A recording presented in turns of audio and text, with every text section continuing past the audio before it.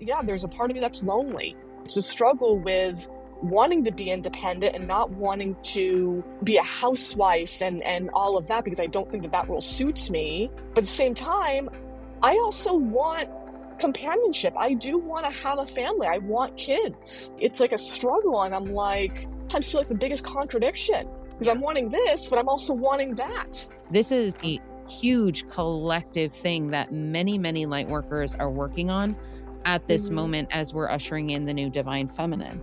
And in the new divine feminine has to come the healing of the distorted masculine. And the distorted masculine is within all of us.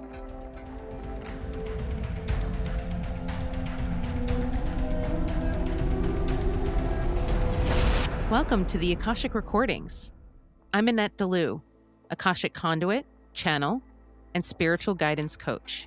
And I'm Julia Nalivaiko, storyteller and creative producer of conscious media content, such as this podcast. What you're about to hear is a real-life Akashic Records session with Annette and one of her clients, recorded with their permission. For privacy, their names have been changed, but everything else is real. Stay tuned to the end of each episode, where we deep dive into subjects that come up throughout the session. In this episode, Annette is working with her ongoing client Marla. Marla and her mother, who is also a regular client of Annette's, have both been going through their dark night of the soul, dealing with lots of overwhelming emotions that they have been working on healing for some time. You will hear Marla's mum being referred to in the later part of the session, since the two of them are working through the same ancestral trauma and their journeys are intertwined. But first, let's hear Marla tell us the primary reason she came into this session.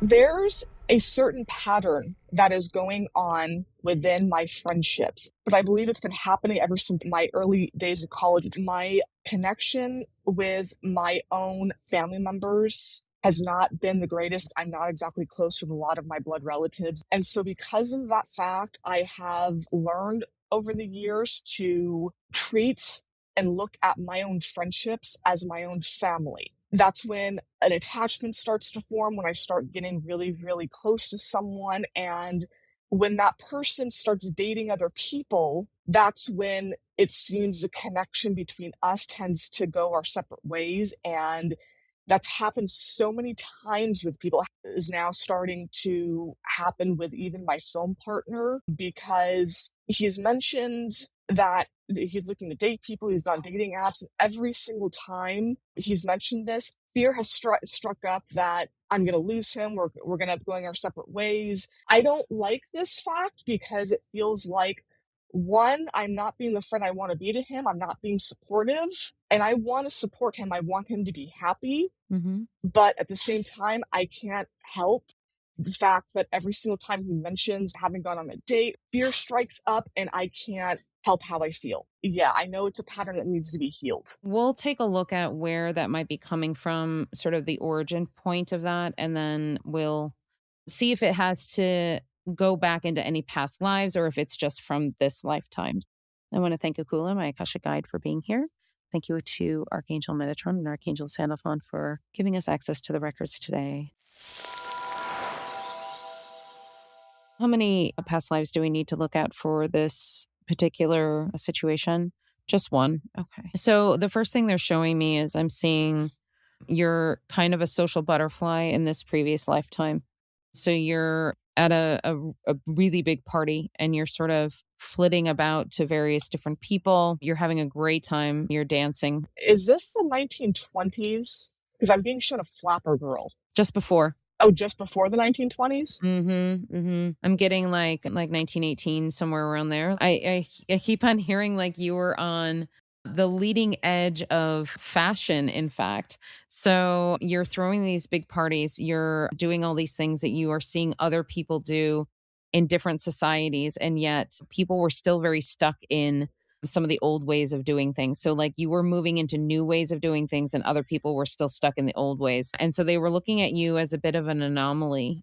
In this particular lifetime, you were very much about trying to usher in that divine feminine energy. And so you were trying to help women stand up for themselves. You were trying to help women be autonomous on their own. And you're like, come on, it's almost the 1920s. We can do whatever we want. We can decide not to get married. We can decide to have jobs. We can decide to do all of these things. So you were like, whoo, and I'm getting super chills right now. You were just trying to spearhead women standing in their own power. And part of this had to do with marriage as well. So like you were very much encouraging friends and other people like why would you want to get married? That's not necessary. That sounds like me now. They're saying it was almost like an extreme viewpoint when it came to that, and it was too much for the people that you were friends with at the time. So basically, you were like, come on, like we have to move into this new era. And your friends were like, yeah, we're on board. We're on board. And then one by one, they were getting married off and then they were settling down. You looked at it as a betrayal. Like you thought that they were all on board with the energy that you were moving forward Wow. in. And you were trying to tell them, like, you don't need a man to be stable. And they just didn't see it. They were like, we don't understand what you mean. Like, how am I supposed to make money? I'm hearing one of your friends say, I'm a seamstress. How can I raise my kids and support a family on a seamstress salary? You're saying, well, that's the point. You don't have to have a family if you don't want to. And she's like, well, but I do want to have a family. And I do want to have this relationship with my husband. And so this is where the disconnect came in, is because you were so excited and hyped up to usher in this new divine feminine. And when the women in your friend circle decided that they didn't want that, you were judging them. You were saying, like, you're living in that old energy, like you're living in that old way of life. Why would you do that? And so one of the lessons that you're here to learn in this lifetime is that no matter what decisions people make, you have to accept the decisions for what they are. So if they decide to do something, it has nothing to do with you. It has to do with their own desires. So just because somebody makes a decision about their own life, it does not mean that they're, sort of shunning you or pushing you away. It is simply a decision that they're going into another direction. If they are moving in that direction, and that potentially could mean that you're going to spend less time with that person, we have to allow the space for that to ebb and flow. If this person moves away from you, they move away from you. But it is more likely that they will probably move towards you again at another point. If you have this beautiful energetic connection together, you know that that can't ever be severed. So whether or not you may take some distance or not, they'll always sort of come back to your life. If they're an energetic match, if they're meant to, they're part of your soul family, whatever it happens to be. Okay. You were asking if there was something that you could tap on to clear this out of your energy field. And I would say that the first thing would be judgment. So tap on releasing the judgment of other people's decisions, especially when they're not in line with what you would want for yourself or for them. Gotcha. It's old fear that's coming up. I don't even think I see me and him not being friends anytime soon. Honestly, I see me and him being kind of lifelong. The other piece of this is your resentment towards the other person. For example, with your current friend that you're talking about, you're going to look at the potential new romantic partner and say, I resent that person for taking my friend away. Does that make sense? Yeah. So it's almost as if you're looking at it like it's not their decision. It's like they're being forced into something that they don't want to do. So you're making an assumption that your friend, and this is something that happened back in the lifetime we were just looking at, you basically convinced yourself that it was the husbands or the significant others that convinced your friends to do things against their will. When in fact, that wasn't the case. Like they were doing exactly what they wanted to do, but you just wanted somebody to blame. And you didn't want to blame your friends because you didn't want to be angry with them. So then you decided to blame the other person, the person that sort of took them away from you. Is my past life also where my resistance to getting married comes from? You have several lifetimes resisting marriage. There's like 6 different lifetimes. Have I ever been married, or have I even found love in past lives? Oh, yeah. Yeah. The lifetimes that I'm seeing laid out before me, you actually were married in a lot of them. So like, in other words, you were in marriages that you did not like, or that were not serving you, or you felt were holding you back. So that's where a lot of that belief system sort of came in. I'm seeing 3 lifetimes where you had marriages that were not great. And so that sort of solidified the, hey, I think marriage is bad. And then the 3 lifetimes leading up to this one, you were like, nope, I don't want to get married, don't want to get married, don't want to get married. I thought this was just like my resistance this lifetime, because even my dad's like pressuring me to give him grandkids, and I'm like, can you like let me find someone I can tolerate first? We'll take a look at that. But if you're not meant to be alone for the rest of your life, you will not be. Okay. Especially if you're able to work on this. And a lot of it has to do with desire as well. So, like, if you desire to be with somebody, it's about opening yourself up to the possibility of having that person in your life. So, the first lifetime they're showing me was 7 lifetimes ago. And you had a husband, and I'm hearing you say he's useless. Basically, he died, and you were really thrilled about that. Like, you were just like, I'm free. Finally, I'm free. Yeah, you were just like, yep, I'm done. That was not fun. So basically, from that point on, you really kind of cultivated this idea that men are useless, that they serve no purpose in your life. So there's a bit of a contradicting energy that is permeated throughout your lifetimes, where you are really trying to champion for the divine feminine and for the feminine collective. In that comes a lot of anger. In that comes a lot of hatred. What is happening today in this very moment is your ability to now shed that anger, that hatred towards men, towards lack of freedom, towards all of that, right? So to be able to usher in divine feminine is to be able to stand in your divine feminine while still allowing the divine masculine to be in that space. The pendulum swings one way and then extreme the other way until it finds its balance. That's what's happened for you over the course of the last several lifetimes, where the pendulum has swung one way and then it's swung the other. And then now you're slowly trying to find your balance and starting to understand and realize that it's not men that are useless or the enemy. It's ultimately about the energies and about people, right? So we all have that divine masculine and divine feminine within us. And if there is something that we're railing against within that spectrum of masculine and feminine energy, it's something within ourselves that we need to look at. For you, with this sort of championing the divine feminine back in those 3 lifetimes, you basically were attracting the energy of the distorted masculine. You were trying to say, like, look, all they do is this, this, and this is why we need to break away from them. So it's like sometimes we need to go into that distortion in order to break away from old energy. They're showing me, as you're saying this, kind of a vision. Have you ever seen the movie Little Women with Saoirse Ronan, Timothy Yes. Chalamet? Do you remember that scene where Joe starts talking about how women are more than just bodies, they have minds, they're more than what society makes them out to be.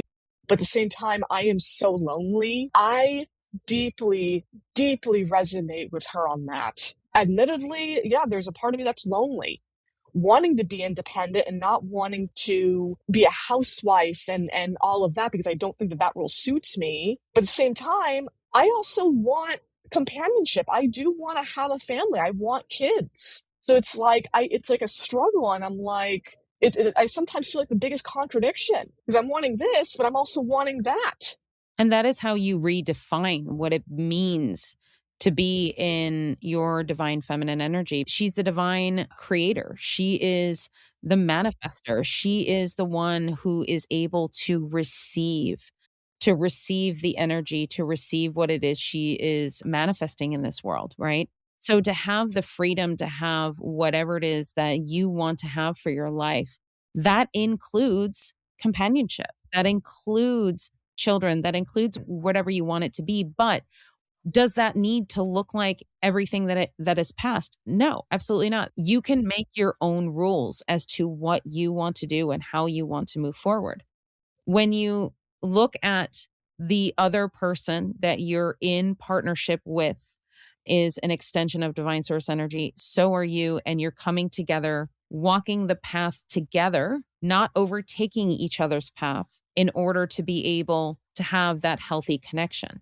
The other person, whoever this is, won't want to take away your freedom, won't want to silence your voice in your championing of women. The person you're going to be with is not somebody who will stifle you. They will raise Uh-huh. you up and help you achieve the things that you want to achieve by energetic support, right? So Mm-hmm. these are the things that we are moving into as a collective. So this isn't just you. This is Uh-huh. a huge collective thing that many, many light workers are working on at this Mm-hmm. moment as we're ushering in the new divine feminine.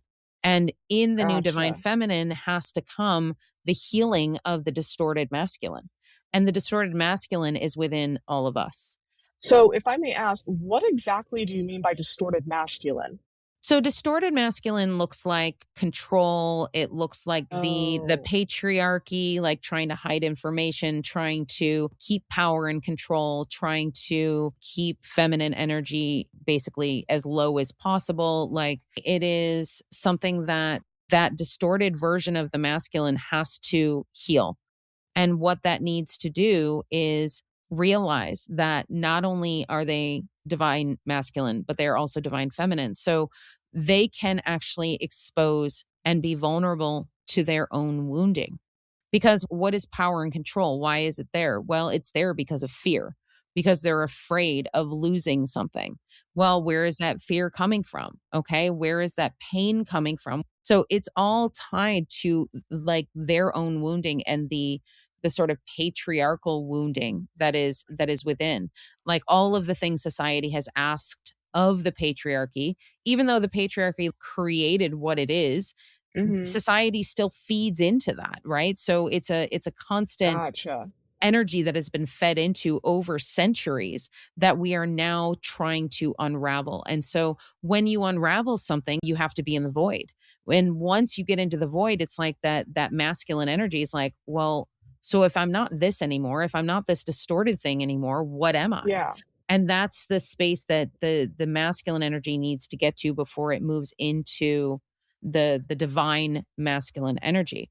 This is actually my own soul and life purpose where I'm helping people understand the balance between the divine feminine, divine masculine energy and how that relates to each one of us because we all have distorted feminine, we all have distorted masculine, we all have divine masculine and divine feminine within us. Whatever is reflecting back at us at any given moment, that's what we need to look at. So a lot of what you were looking at in that previous life was distorted feminine. Was the distorted feminine necessary? Yeah, absolutely. It was necessary because you needed to pull away from the old way of doing things. And in order to do so, you needed to go into that anger space. You needed to go into that resentment space or whatever that was in order to break out of that mold that had been created over centuries. Once you're out of the mold, though, to continue with the anger and the fear and all of that is not necessary and it just creates more distortion. So what do you need to do? You need to clear that fear and distortion to start coming back to your balance and to your center. And what does that mean? That means embracing and loving all parts of you, the shadow parts of the divine feminine masculine and the divine parts of those two things. Does that make sense? Yeah. So when it comes to your friendships and taking a look at how you're feeling, if your friend says, "Hey, I'm on a dating app, I just met somebody." Yeah. What is your initial feeling right now in this moment when you hear that? Afraid of losing them. Even though I know it's my fears and I know I'm probably, I guess you could say, overreacting with the situation, it's still a fear of I'm afraid of losing him. I'm afraid of drifting apart. Yeah. So I want to say that there is no overreaction because your feeling is your feeling. Okay. Yeah. So no matter what it is, I want you to try to not put any sort of judgment onto that. Okay. Yeah. So then when it comes to feeling like you might lose him, I want you to feel into what that would feel like if you did lose him. What would that feel like for you? Heartbreak, devastation, possibly betrayal, but it's a little hard for me to describe how it feels because I think there's a part of me that doesn't even know how I feel. I don't know what words to give the emotions or what labels to give the emotions. I just know it doesn't feel good. I'm losing a lot of people in my life that I actually consider family, and I'm trying not to lose any more because having that support system is so important. And I've lost so many that I'm like, this doesn't feel good. Yeah. And I'm like, am I losing them because of me and fears and of from past lives and situations on all that? Or The thing that I would like to do right now is we're going to go into that bubble of protection right now because we're going to do some work surrounding this. I think that some of this healing can actually really help you move forward in some lighter energies. Okay. I would like you to imagine that you've got a bubble of divine light protection surrounding you. And I would like you to imagine a light that's emanating from the center of your heart space, and allow that light to expand as big as this bubble is, about 6 feet in every direction around your body. And so I would like you to imagine that you have a version of yourself that is standing right in front of you. And this is a version of you that is non-diluted, absolute pure emotion regarding the fear, the resentment, the anger of losing friends, friends leaving you, friends finding somebody else to spend their time with. And I would like you to connect to that version of yourself. And I would like you to ask that version of yourself what she needs in this moment. I'm hearing the words, I'm tired of being different. So what about her feels different? The way she thinks. This might be old wounds and trauma coming up. I'm hearing I'm not wanted. I'm too much. Actually, she's talking a lot about what I used to feel when I was a kid, which I thought I actually healed and took care of, but apparently it might still be coming up because she's telling me no one wants me around, no one cares. So can I ask you where all of this sounds familiar to you? These exact words. I'm hearing family. Mm-hmm. I think it might be generational trauma is what I'm hearing. Absolutely. Yes. Years of Yes. not feeling wanted, not feeling like anyone cares about me. Yeah. And I know my mom is feeling this in spades right now. Exactly. It's Exactly. generational trauma. And she's also feeling like it's her responsibility to clear it. She doesn't know how when she can't heal it from herself. She's like, how am I supposed to help heal this when I'm feeling it myself? We're going to ask your mom's higher self to be in the bubble with us. There's a lot of sadness coming through my heart right now. It's like, it's getting more intense. All of what you're feeling in terms of the being different, not being accepted, all of that, that's all coming from ancestral line on your mom's side. Okay. I'm going to ask the guides what kind of ancestral trauma this is and how far back it goes. So give me a second. Yeah. It's still permeating through the ancestral line. So what they're showing me is like a faucet, okay? So if you can imagine a faucet or like a waterfall of some sort, and it's just pouring over you. It's pouring over you consistently, consistently, consistently. And you can bail the water out as much as you can. You can try to use an umbrella, you're still going to get wet. That's what's happening because the energy is coming down from your grandmother. So your Oh, my grandmother, grandmother. yeah, Was it before her? nope, it started with her. It starts with your grandmother, and she's consistently pouring it on your mother. And your mom has been in a boat trying to bail the water out with like holes in the boat and a waterfall over her head. Like that's what she's been trying to do. How do you heal it? So we're going to ask, hold on, let me see. We need to pull your grandmother's higher self into the bubble as well. I want you to imagine a beautiful divine light at the top of your head. And we're just going to clear this energy, this feeling that you have. And we're going to do the same for your mom. Another beautiful divine light over her head, shielding her from the deluge of water over her. And then we're going to do the same for your grandmother. And I'm going to ask your grandmother and her higher self what it is that she needs to release this feeling of not belonging, of not being accepted. So she's very obstinate. She's basically saying, I don't need anything. I'm always going to be this way. I'm never going to be accepted. Everyone's always going to hate me. And that's how it's going to be. Like she's kind of resolute in that feeling. Okay. So I'm going to ask Archangel Raphael to be with us in this bubble to help sort of soften the energy a little bit for her and ask what healing needs to take place with her in order to clear this ancestral line trauma. She needs to realize her own self-worth. Okay. How can we help her do that? And that's not easy. I know from personal experience. Well, we're working with the 5D self. We're not working with the 3D self. So the 5D self is much easier to work with.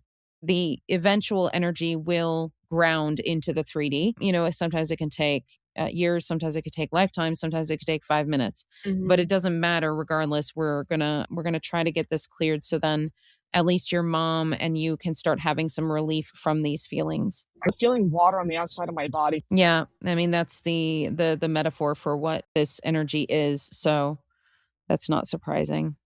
Okay, so let's see what else Archangel Raphael has to say about possibly helping her with this. Hold on.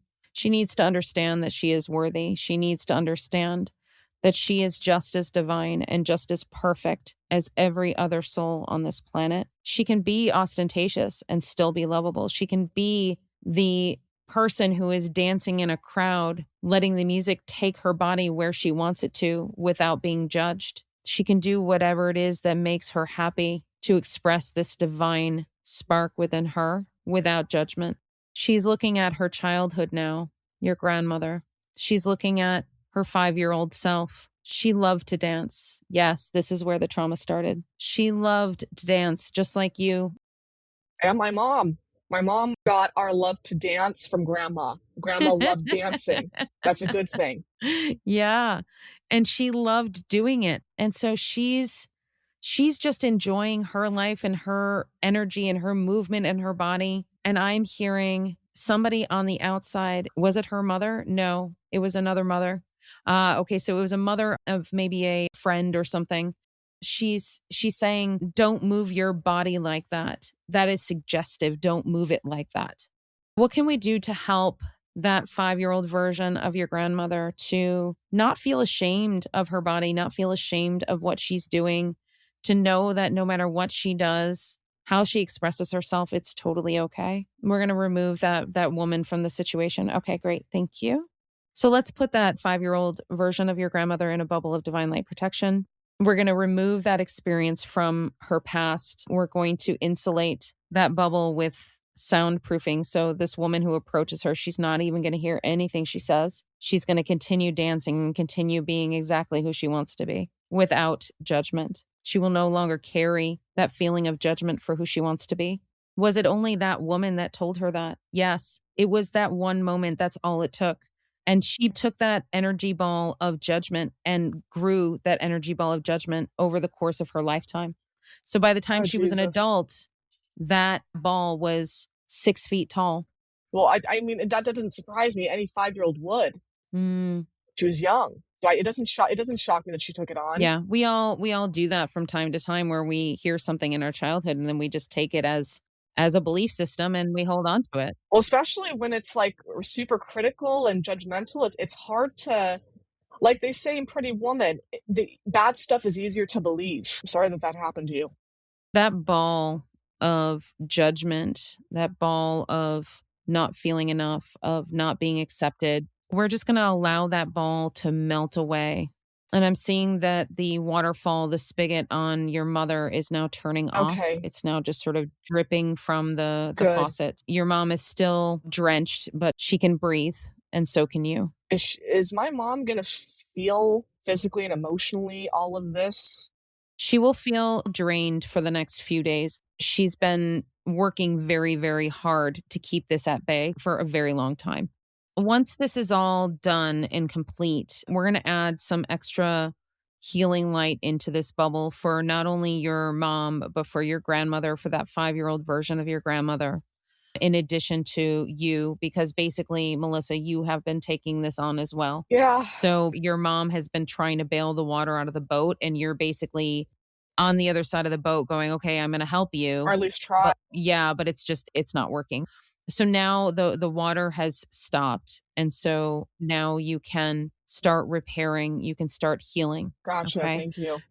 I want you both, when you listen to this recording Yeah. again, I want you to both imagine the sun coming out. And I want you to imagine the sun sort of drying all of that wetness. You're basking in the sun, releasing yourself from that emotion, from the ancestral trauma of what your grandmother experienced. I have to ask this real quick. Did my grandmother ever have feelings of being suicidal? She did often, God, okay. Often? often. Hmm. Gosh. Both of us, man. I felt it too when I was a kid. Yeah. It feels to me that that's all connected to the ancestral trauma of not being able to be yourself, not being able to be accepted for who you are. Gotcha. Okay. Is there any other generational trauma we have to clear? Not at this time. So the reason they wanted me to bring this up, because I was actually sort of internally asking this earlier. Yeah. I was asking, like, why did this not come up before? Because we have touched on this before with your mother, and they're saying because it wasn't time. The energy for you, the energy for your mom, the energy for your grandmother, like, it just wasn't time. Okay, here's my question. Why is time a factor here with healing? Like, if there's something that needs to be healed, why does it have to be coincide with being the right time? Why can't we just heal it now, if that makes It makes sense? a ton of sense. So, part of the reason is because it has to do with the willingness of another person. So, if it's just your own healing, like your own healing, you can Yeah. decide to heal anything right now. You can heal whatever you want to heal. But if it's regarding another person, like an ancestral trauma, sometimes it takes that person, the originator of the ancestral trauma, to be in an energetic space to be able to release it. You can heal it within yourself, but if you still have that waterfall cascading over you from somebody else, you're still going to feel it. So basically, the reason why we couldn't do this before is because my grandma wasn't ready to heal it. Correct. Now, part of what helped heal this and what helped her be okay with being able to heal this was some of the work that we did previously. So, I did some work with your mom regarding your grandmother a few months ago. And with Yeah. that work, that was enough to open up her energy enough to be able to allow this other healing to take place. It does come off in layers. When it comes down to the timing of it, does it have to do with actual time? No.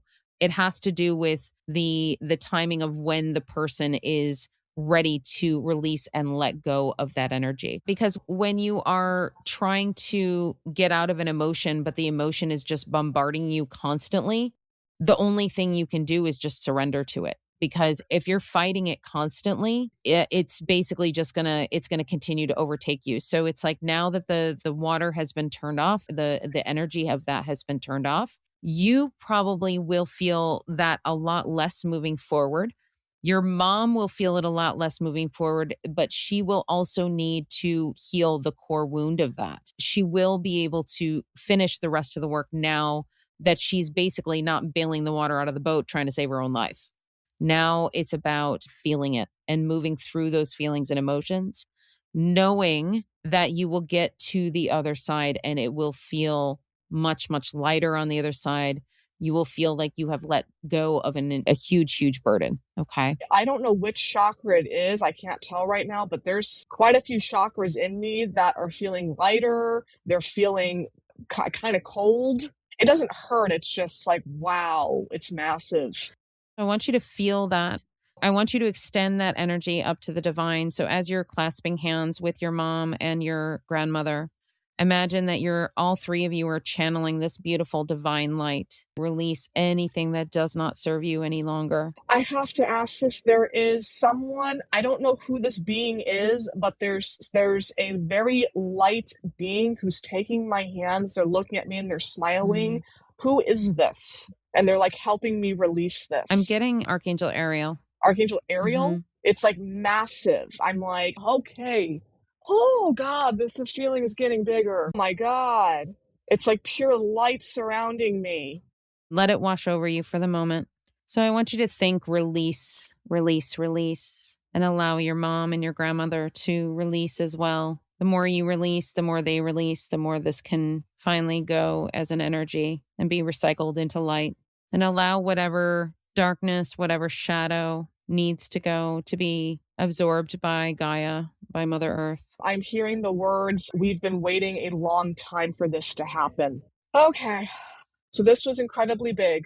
Beautiful. I'm so glad. I'm going to ask the guides real quick to see if there's anything else that we need to do to clear this before we close. Okay. So just let me check in. No, they said that they've taken over now. So they're going to continue to work with you two for the next couple of hours. And then they're saying at that point, they'll let you rest and then ask the spirit team to help you. If it's, whoever you need, definitely ask for their help in clearing any of this if it needs to in the future. I'm being told that the trauma is starting to get cleared. Beautiful.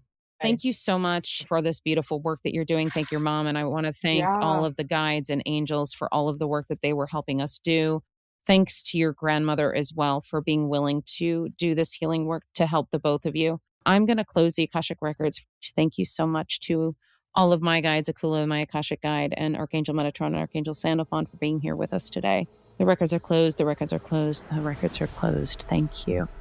We want to acknowledge and thank Marla for her courage and willingness to be vulnerable and allow us to record her session. So Annette, what was your feelings and impressions of this session? So I had been working with Mala and her mother, as you said, for quite some time. I feel like this was one of the more powerful sessions we had because there had been a lot of really stuck energy between them and also in the ancestral line. And oftentimes the Akashic guides don't really tell us the things that we want to know if we're not meant to know it at that time. And that was certainly the case during this session where the timing was everything. And there can be many, many reasons for that. It can be that the energy isn't right, that maybe they needed to heal something within themselves first before they could heal this, which was partially the case here. I've had some subsequent sessions since we recorded this, and it has made a significant impact on both of their lives. Amazing. What I really appreciated the unfolding of this particular session. She just came to you with one single, seemingly simple question, which was about a repeating pattern in her life. And it's just really cool to watch the unfolding of the session and how this one question takes you down a rabbit hole, which leads to this amazing healing that happens. The first part that I found really fascinating was the discussion about the distorted masculine and feminine. And I feel like you articulated that explanation so perfectly. It was resonating from something that I had long ago intuitively understood, but could not have possibly even explained it to myself, let alone to someone else. So can we do a little bit of a deep dive into the distorted masculine and feminine? Why do they become distorted? Ultimately, the short answer is wounding. So behind every distorted masculine or distorted feminine, you have some sort of trauma, whether it is a personal trauma or collective trauma. It happens to be rooted in fear. That's another good reason why that distortion happens. The fear can then turn into anger. Anger leads to hate. Hate leads to suffering. And I know you're not into Star Wars, but that is a Star Wars quote. But that is absolutely true, because what happens is you go through whatever it is you're going through, whether it's fear, whether it's trauma, whether it's sadness, whatever it happens to be. And we all respond to those things differently. And if you don't have the tools to know how to move through it, then that emotion is just going to stay buried inside you. And then it continues to create larger emotions. So that's why behind anger, you have hurt. Behind jealousy, you have insecurity. So you have all of these different things that are sort of behind the bigger emotions. For example, with distorted feminine energy, you're going to see a lot of manipulation. You're going to see possibly jealousy. You're going to see victim mentality. Oh, this is always happening to me. Why is this always happening to me? Things like that. And so when you are in that space, you're operating from that distorted place. All of your energy and all of your decisions are going to be rooted in that energy. And then likewise with the distorted masculine, that looks like taking away people's will. Just look at the patriarchy. That's an example of distorted masculine. Well, I think just looking at the state of the world, that's pretty much us seeing the distorted feminine and masculine. That feels like a pretty good description of what's happening in the world. The next logical question is, how do we heal it? Well, the easiest way to heal it is to love all of it within ourselves. So part of the issue at the moment is that with, let's say, distorted feminine in the victim mentality, it's always somebody else's fault. And so if you're vilifying, let's say, the patriarchy for being in distorted masculine energy, you have to actually look at that distorted masculine energy within yourself. So there's always going to be the distorted masculine and the distorted feminine within each one of us, as well as the divine feminine and divine masculines. It's very difficult to heal if you're basically accusing or saying, well, they're doing this and they're doing that and they're evil, or that, you're accusing people or you're judging people for other things, you're not going to heal any of the distorted energies or integrate those distorted energies if you are constantly outwardly focused. So the first way that you can start healing that distortion within you is to actually start looking at all the places that you're triggered on the outside. So if you're looking at people on TV, friends, people you don't like, and you start judging them for something, it's a pretty good indication that you've got something else going on within you that you're judging about yourself.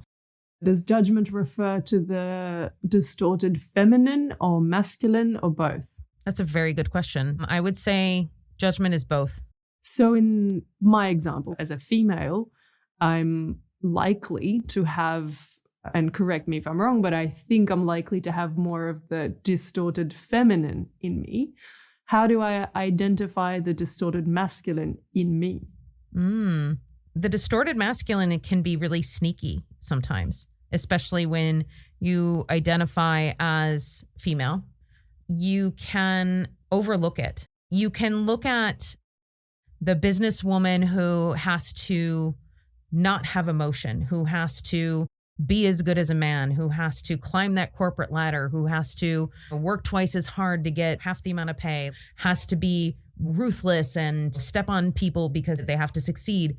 That's distorted masculine within a feminine. The distorted masculine resides in so many feminine energies right now because of the fact that we've had to prove ourselves worthy in a male-dominated world. In order to match them and in order to sort of come up to their level, so to speak, we've had to become distorted masculine in order to compete. And we're talking in a sort of business sense, but that is one way that distorted masculine can come up. Having to withhold our emotions because we feel like if we are emotional that we're going to be chastised for it, or trying to control situations. Control is another one that is really big in distorted masculine. So if you find yourself being a super control freak, that could be distorted masculine. Being passive aggressive, that would be another distorted feminine. So it's about really looking at how you're responding in your own environment and where you're operating.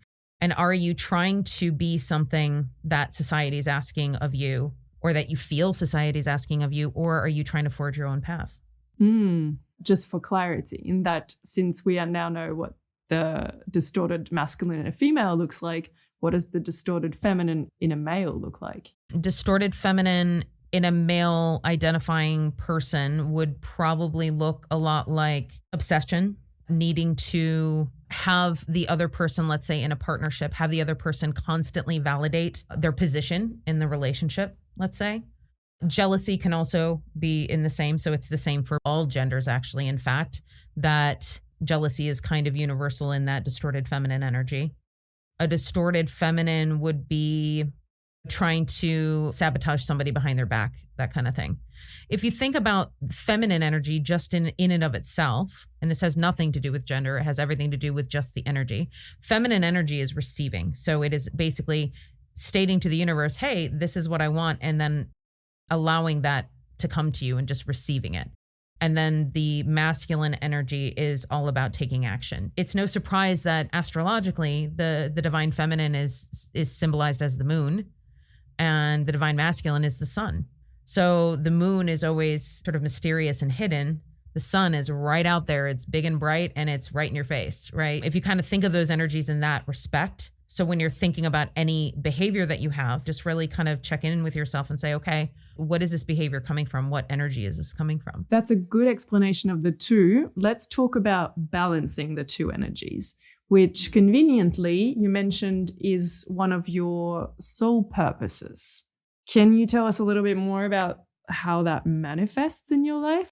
It's funny you asked that, because ultimately, I've had to experience a whole lot of the opposite of balance in order to understand what it means. A majority of my life, I've experienced sort of the distorted masculine and the distorted feminine, actually, in fact, through both of my parents from a very early age. So I saw all of the versions of distorted masculine and feminine in my family.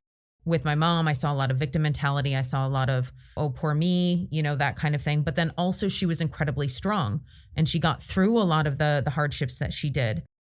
to be able to understand that everybody's doing the best they can in any situation that they're in, and they're using the tools that they have at that moment. For example, right now, would my mom do the same thing she did back then? Probably not, because she has more tools than she did then.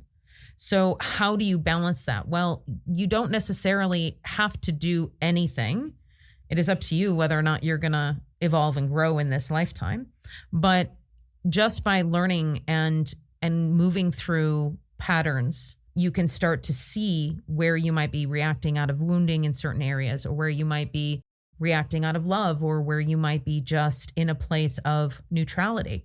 So just by observing how you're responding in any situation is a really good place to start, because until you actually recognize what you're doing, you're never going to be able to either integrate it or change it or evolve. A really good example of this was unraveling codependency is huge. I've been slowly unraveling all of the codependency, all of the distorted energies. And even to this day, like occasionally I'll have a family member or somebody come up to me, usually it's my sister, who will say, hey, yeah, so, remember when you did this or you did that? Like, that can't happen anymore. And I'll hear her say it and I'll be like, oh my God, yeah, that was super codependent. Wow, I can't believe I didn't see that before. So it's like when you are able to identify those places that are not in alignment for you, and how you know that is because your body's going to tell you. If it's uncomfortable, if you're anxious, angry, frustrated, sad, all of those emotions are going to tell you that you're not in alignment. That would be the first place to start. We're not here to basically say distorted masculine is bad, it needs to go away. No, it's part of us. It's part of all of us. So we need to understand the distorted masculine and say, okay, what does distorted masculine need to not be so distorted anymore? What does distorted feminine need to not be so distorted anymore? And so that's what you need to figure out. And it's going to be different for everyone. That's interesting, because when I asked you that question of how that purpose manifests, the way my thinking was that it's something that one has to do. And that is perhaps a very good example of not fully understanding the divine feminine and masculine energies, because in fact, as I'm hearing, your answer is not about anything you actually have to do. It's something that you have to be, something you have to embody, something that you have to understand. Energy doesn't lie, and that's why you have to embody it. So you could say, oh, I'm in my divine feminine and I'm not jealous and I'm totally secure with myself. But if your energy is still in that jealousy and still in that insecurity, you can say that all you want, but your energy is going to lead the way, and that's what's going to be showing up. So this deep dive into the divine masculine and feminine energies that happened in the session with Marla was really interesting, because it led to quite an amazing healing that took place. So it involved both her mother and her grandmother. Now, her mother, as you mentioned, doing sessions with yourself as well. Her grandmother, on the other hand, has passed. So the healing with the grandmother was done with her 5D self. So the healing that you did involved changing the past, where you had stopped her from hearing a particular piece of information, which then developed a whole course of action in her life. The simple question in this part is, can you really change the past? It's so interesting that you're asking this right now, because I just had a session yesterday where we did that exact thing. And it was a conversation about, like, can you really change the past? Is that really possible? And if you do change the past, isn't that going to change your present? And my answer was essentially, life is not a time travel movie, as much as I would love it to be. It's not like the butterfly effect where you change one thing and it's going to change everything in your future. The energy is what we're working with. We're not working with the memories or the actual physical happenings of it, because yes, that event or whatever it is still happened. But what we're doing is we're going back retroactively and removing the energy of it. You're still keeping the memories and the lessons intact, but you're removing whatever trauma was created at that time. Because time is all happening simultaneously. We say past lives, we say future, but everything is happening simultaneously. So you're not only helping the previous version of yourself, or in this case, her grandmother, but we're also helping future incarnations of her grandmother, as well as the ancestral line. Does that make sense? Yes. Can you explain a little bit more about what you mean by not changing the experiences and the learnings, but changing the energy and removing the trauma? How do you separate the two? Part of the issue with a lot of these concepts and things that I see in the records is that I see it clearly and I feel it and I know it, but to actually put it into words sometimes can be difficult to sort of translate into language. And in fact, in other sessions that I've done, you'll hear me while I'm in the channel and my guides will say, there are no words in the human language to describe what it is that we're trying to tell you, so we'll give you an approximation. Yes, I have, and it's quite funny when that happens. I know.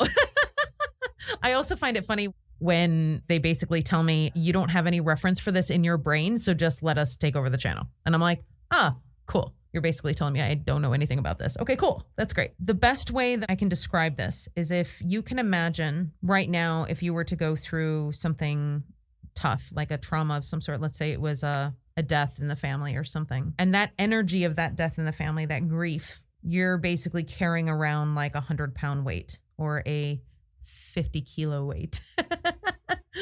Not quite, but thank you. You know me, my conversions with kilos and pounds. Oh, I'm such an American sometimes. So basically, it's like carrying around that weight. So you can either carry the weight or you don't have to carry the weight, but you're still going to move forward in your life knowing that that experience happened, having whatever lessons or feelings or revelations or whatever you happen to experience from that event. But it is whether or not you are going to move through the rest of your life with that information, with the weight or without it. And that's what the clearing does. So the clearing basically goes back to the origin point and says, see this weight that you've been carrying around for your entire life? You could have left that weight back at the origin point of when that happened. You didn't have to carry that with you. And basically, you could have gone through the rest of your life knowing, okay, yes, I had to go through all of this in order to get here. But there's not that really deep, deep emotional attachment to the emotion of it. And it's interesting that I used grief as an example for, somebody crossing over, because that can be a really big one for people to not be able to let go of, because they feel like if they let go of that grief, that they're forgetting their loved one. When that's not the case, you're allowing yourself to not have to feel the heaviness of that energy anymore. That then brings us to the second part of the question, which is the fact that you needed to ask Marla's grandmother to participate. At first, she was a bit reluctant. Apparently, even once they've crossed, they can be a bit reluctant. Certainly. Yeah. It just depends on where they are in their journey. So there are many different reasons why souls can be reluctant. I usually get a lot of reluctance in curses. So if there was somebody who cast a curse, I'll get a lot of resistance in that. They have their human trauma suit still on. And so when we cross over and when we are, going through the other dimensions, it's like each dimension we go through as we clear, as our soul goes back to source energy or goes back to wherever we came from. It's like we take off another layer of the trauma suit from being on Earth, right? So, and then as you reincarnate, you actually start putting on those layers again. So as you go down through the dimensions, you basically, there's that layer. Okay, got to put on that layer again. Okay, there's that layer again. Oh, wow, there's that karma. Oh, crap. Okay, I got to put that one on too. So like as you come back down, then you're fully embodied in your full trauma suit that you can start the new life in. Okay. I did actually a channeled message not too long ago about psychic debris. And that's exactly what it is. It's basically like a dust cloud of all of the crap that you pick up over your human lifetime that just kind of surrounds your soul. So your soul is never tainted. It's never dark. Your soul is always pure. It's just what you have around you. So now to answer your question about why she would be reluctant, when I was in the session, I didn't check in on that. So I'm going to actually ask right now, was the grandmother, is she incarnated on Earth yet? No. Is she still on the other side? Yes. Okay. Is she still going through a healing process? She is. Okay. So she's not fully in the other dimensions. She is, but she's still going through a healing process. The healing process for a soul can take many, many years even, depending on what they have gone through. So a soul may just rest. A soul may just go through the cleansing process. There's a healing temple that you've seen, Annette, in the Akashic Records. They will go to the healing temple for any number of months or years or however long they need to go. But you understand that time is not the same as it is when, you are on Earth. So ultimately, if it is a couple of years Earth time, it might be 3 seconds for her time. So she's still in the process of healing. Had she been through the clearing and cleansing process and was completing her life review and was going into the other realms, she would have had no resistance to healing that. But this is also why the significance of the timing of this healing was important, because had they tried to do the healing prior to this moment, her soul would have had even more resistance and it wouldn't have been able to happen. So her soul needed to be at a certain point in the cleansing process in order for that to be able to take place. Cool indeed. I don't think I've ever observed you going into a channel before. I've heard it recorded, but I've never seen it IRL. It's cool. Is it cool? It's like possessed, but like cool possessed. Yes, you can quote me on that. Nice. Yeah, I mean, I know that my mannerisms change. Yeah, you close your eyes and it's a different cadence, and yeah, it's cool. It's really cool. Yeah.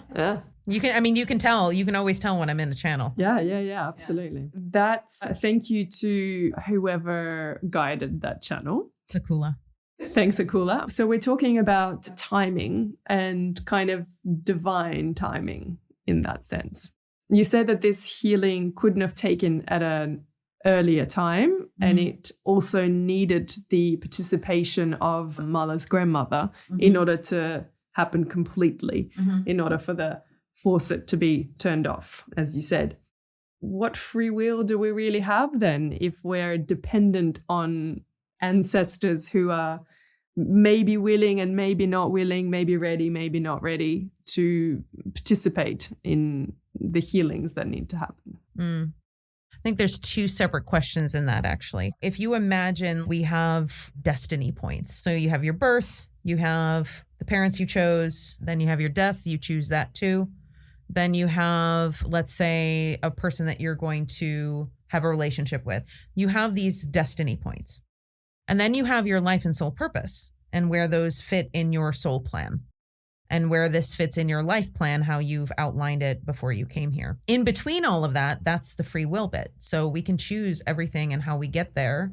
And there are times when, like, for example, I see people who aren't meant to be with anyone in particular in terms of like a romantic sense.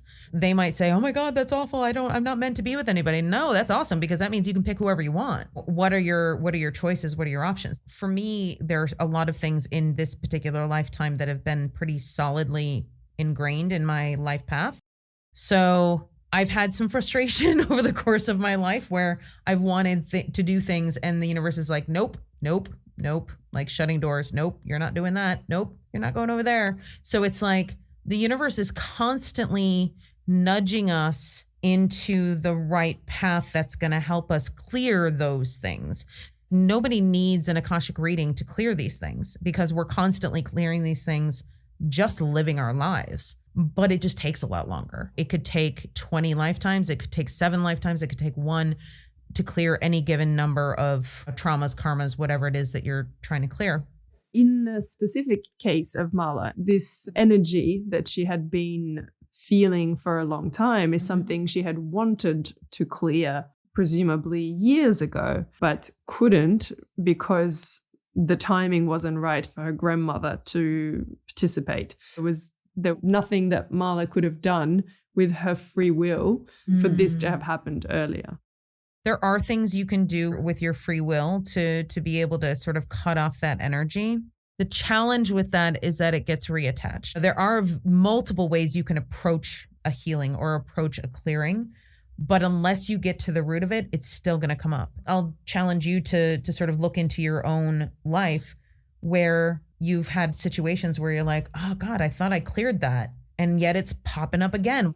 When we were going back in time and clearing that for her grandmother, removing that weight from her, that big anvil that she was carrying, if you can imagine it from this perspective, that she basically gave a bit of that weight, a bit of that anvil to every single ancestor moving down. So let's say she had a 100-pound weight. She gave her daughter a 50-pound weight, And then her granddaughter, who is Mala, has a 25-pound weight, right? The energy gets less and less and less as it goes on.